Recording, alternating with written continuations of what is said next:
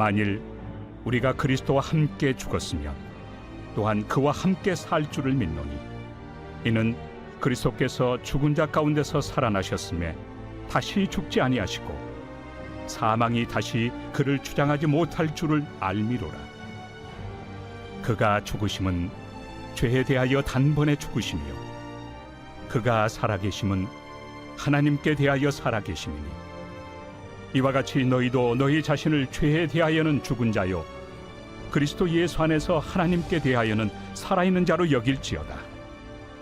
그러므로 너희는 죄가 너희 죽을 몸을 지배하지 못하게 하여 몸의 사욕에 순종하지 말고 또한 너희 지체를 불의의 무기로 죄에게 내주지 말고 오직 너희 자신을 죽은 자 가운데서 다시 살아난 자같이 하나님께 드리며 너희 지체를 의의 무기로 하나님께 드리라. 죄가 너희를 주장하지 못하리니 이는 너희가 법 아래 있지 아니하고 은혜 아래 있습니다. 할렐루야. 오늘 말씀 묵상에 함께 하신 여러분 모두를 주님의 이름으로 환영하고 축복합니다. 오늘 하루도 말씀에 의지하여 승리하시기 바랍니다. 오늘 본문 로마서 6장의 주제를 한마디로 정리해서 말씀드리면 죄로부터 자유입니다. 여러분, 죄로부터 완전히 자유로운 삶을 살고 계십니까? 죄로부터 자유라 함은 마음과 영혼도 자유일 뿐만 아니라 실제로 우리가 죄와 상관없는 삶을 살아가는 것을 모두 포함하는 겁니다. 즉 우리가 예수님을 믿는다면 죄책감 등의 마음적인 부분에서도 자유함을 누려야 함과 동시에 실제적인 삶의 모습에서도 죄와 상관없는 삶을 살 수 있어야 한다는 겁니다. 그런데 문제는 많은 그리스도인들이 예수님 믿고서도 죄로부터 마음과 몸이 온전한 자유를 누리지 못하고 살아가고 있다는 거예요. 이유가 무엇일까요? 사단이 여전히 살아있어서 우리를 죄의 유혹에 넘어지게 하기 때문이기도 하고요. 또 때로는 우리 마음을 속여서 죄책감과 수치심, 두려움 등의 감정에 묶여 살도록 만들기 때문이기도 합니다. 그래서 이 두 가지 모두가 중요합니다. 죄와 상관없는 삶을 사는 것도 중요하고 우리의 마음도 온전한 자유함을 누리는 것도 중요합니다. 특별히 오늘 본문이 죄로부터 자유에 대해서 말하는데 예수님 믿지 않는 사람들에 대해서 말하는 것이 아니라 예수님 믿고 구원받은 사람들을 향하여 말하고 있다는 것이 중요한데요. 무엇을 말하는 것일까요? 죄로부터 몸과 마음이 모두 자유함을 누리며 살아야 할 믿음의 사람들이 그렇지 못하게 사는 경우가 많이 있기 때문에 그런 겁니다. 오늘 본문 말씀은 우리가 죄로부터 자유함을 누리며 살기 위해 크게 두 가지 부분을 강조하여 말씀하시는데요. 하나는 이론적인 부분이고 또 하나는 실천적인 부분입니다. 이 두 가지를 살펴보면서 우리 모두 죄로부터 온전한 자유를 누리며 살 수 있기를 바랍니다. 첫 번째는 이론적인 부분인데요. 본문 8절과 9절 말씀을 보시겠습니다. 만일 우리가 그리스도와 함께 죽었으면 또한 그와 함께 살 줄 믿노니 이는 그리스도께서 죽은 자 가운데서 살아나셨음에 다시 죽지 아니하시고 사망이 다시 그를 주장하지 못할 줄 알미로다. 아멘. 바울은 우리가 그리스도와 함께 죽었다는 표현을 썼습니다. 내가 그리스도와 함께 죽었다는 것이 무엇인지 이거의 이해를 돕기 위해서 바울이 말한 갈라디아서 2장 20절 말씀을 한번 읽어드리겠습니다. 내가 그리스도와 함께 십자가에 못 박혔나니 그런즉 이제는 내가 사는 것이 아니요 오직 내 안에 그리스도께서 사시는 것이라. 이제 내가 육체 가운데 사는 것은 나를 사랑하사 나를 위하여 자기 자신을 버리신 하나님의 아들을 믿는 믿음 안에서 사는 것이라. 아멘. 이 말씀을 보면 내가 예수 그리스도와 함께 십자가에 못 박힌 일이 곧 내 안에 그리스도가 사는 일이 된 것이라 말씀합니다. 즉 우리가 그리스도와 함께 십자가에 못 박혀 죽었다는 것은 곧 예수께서 내 안에 들어와 사시게 된 것인데 그로 말미암아 어떤 일이 벌어지게 되는가? 내가 지은 죄가 나를 사망으로 끌고 가지 못하게 되었다는 것을 말하는 겁니다. 내가 과거에 지은 죄도 지금 짓고 사는 죄도 내가 미래에 알지 못한 채 짓는 죄도 나를 사망으로 이끌지 못하게 되었다는 거예요. 죄로 말미암는 사망이 나를 죽이지 못하게 된 거는 그 사망이라는 것이 나의 안에 계신 예수님을 죽일 수 없기 때문인 겁니다. 이 내용을 9절에서는 뭐라고 하는가? 사망이 그를 다시 주장하지 못한다. 사망이 다시 그를 주장하지 못한다라고 말했습니다. 이게 바로 복음입니다. 사랑하는 성도 여러분, 우리 안의 죄는 우리를 죽이려 하지만 우리 안에 예수님이 계시는 이상 사망이 절대 우리를 주장할 수 없습니다. 이 사실을 꼭 기억하시기 바랍니다. 우리가 죄에 대하여 자유함을 누릴 수 있기 위해서는 이 확신이 있어야 됩니다. 먼저는 사망이 예수님을 결코 죽일 수 없다는 확신입니다. 또 하나는 내 안에 예수님이 분명히 계시다는 확신입니다. 내 안에 예수님이 분명히 계시다는 확신이 없기 때문에 마음이 흔들리는 거예요. 오늘 보면 10절 말씀은 그 십자가의 죄사함의 효력이 얼마나 강력한지 우리가 어느 정도의 확신을 가질 수 있는지 말씀해 주시는데요. 10절 말씀을 보시면 그가 죽으심은 죄에 대하여 단번에 죽으심이요 그가 살아 계심은 하나님께 대하여 살아 계심이니 아멘. 그가 죽으심은 죄에 대하여 단번에 죽으심이요 라고 말씀합니다. 죄에 대하여 단번에 죽으셨다. 다시 말하면 한 번이면 완전하고 나의 죄 때문에 예수님이 다시 십자가에 돌아가실 필요가 전혀 없다는 겁니다. 아니면 우리의 죄가 너무 많고 강력해서 예수님의 십자가 죄사함의 효력이 뭔가 조금 부족하다고 생각할 수도 있는 그런 여지를 완전히 차단하고 있는 겁니다.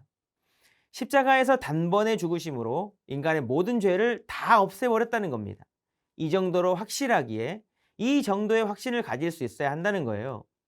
그래야 예수님 안에서 죄로부터 온전한 자유를 누릴 수 있지 않겠습니까? 사랑하는 성도 여러분, 저와 여러분이 해야 할 일이 무엇이겠습니까? 우리 함께 11절 보시면 이와 같이 너희도 죄에 대하여는 죽은 자요 그리스도 예수 안에서 하나님께 대하여는 살아있는 자로 여길지어다. 아멘. 죄에 대하여는 죽은 자, 하나님께 대하여는 살아있는 자로 여겨야 한다 말씀합니다. 여겨야 한다. 우리의 그런 인식이 중요하다는 거예요. 그렇게 여겨야 된다. 단서가 있죠. 그리스도 예수 안에서 하나님께 대하여는 살아있는 자로 여길지어다. 내가 분명히 그리스도 안에 있다면 확실히 그렇게 여겨야 한다고 말씀하십니다. 사랑하는 성도 여러분, 저와 여러분은 예수 안에 있고 예수님이 우리 안에 계십니다. 이것을 확신하시기 바랍니다.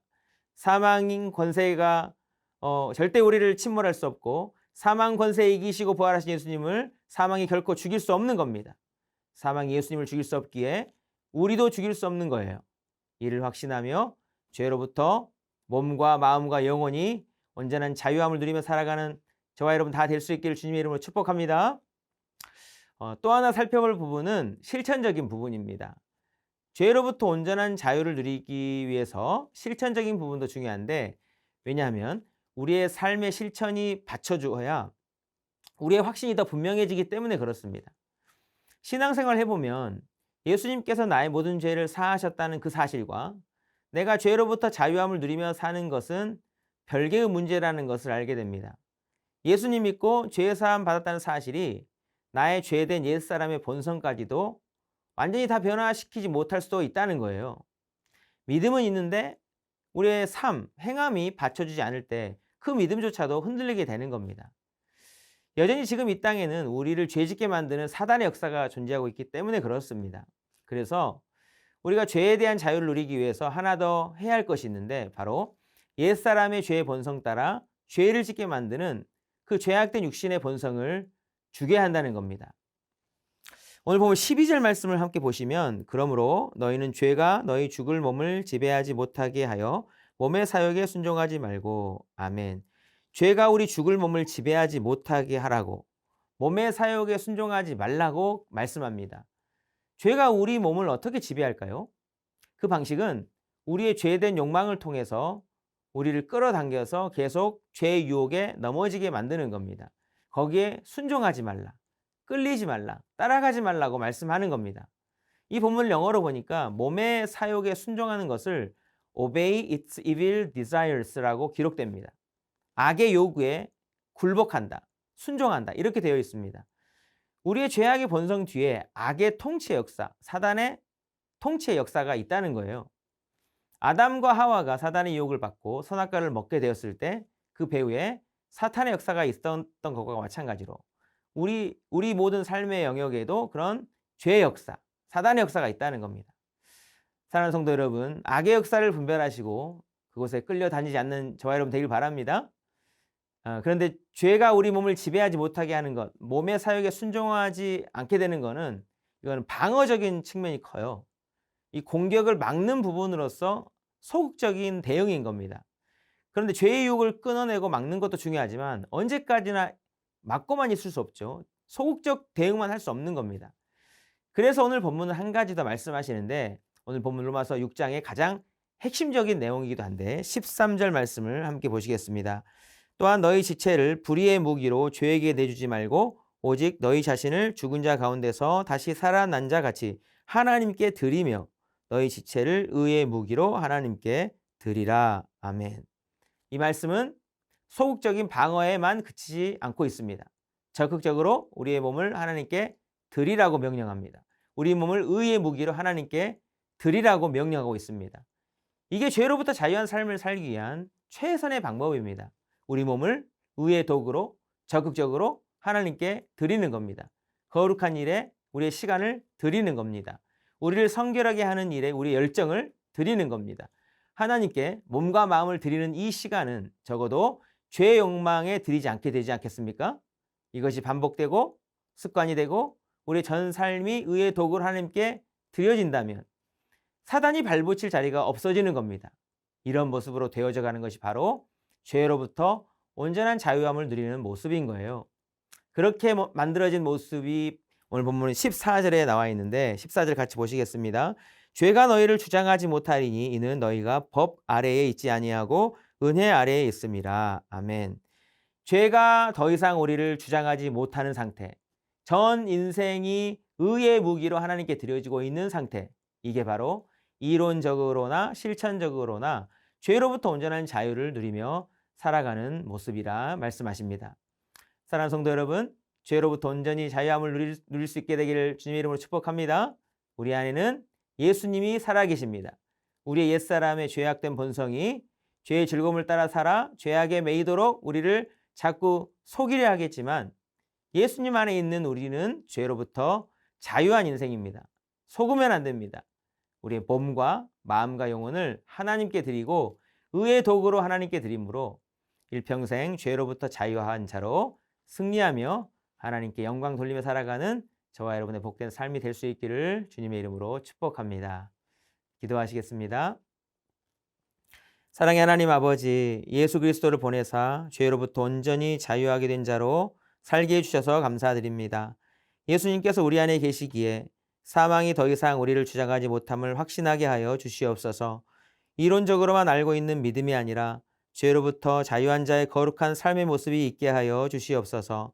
죄된 육신의 욕심에 순종하지 말고 우리 몸을 의의 도구로 하나님께 드림으로 오직 하나님께 영광 돌리는 거룩한 삶 살아가도록 축복하여 주시옵소서. 감사드리며 예수님의 이름으로 기도드리옵나이다. 아멘.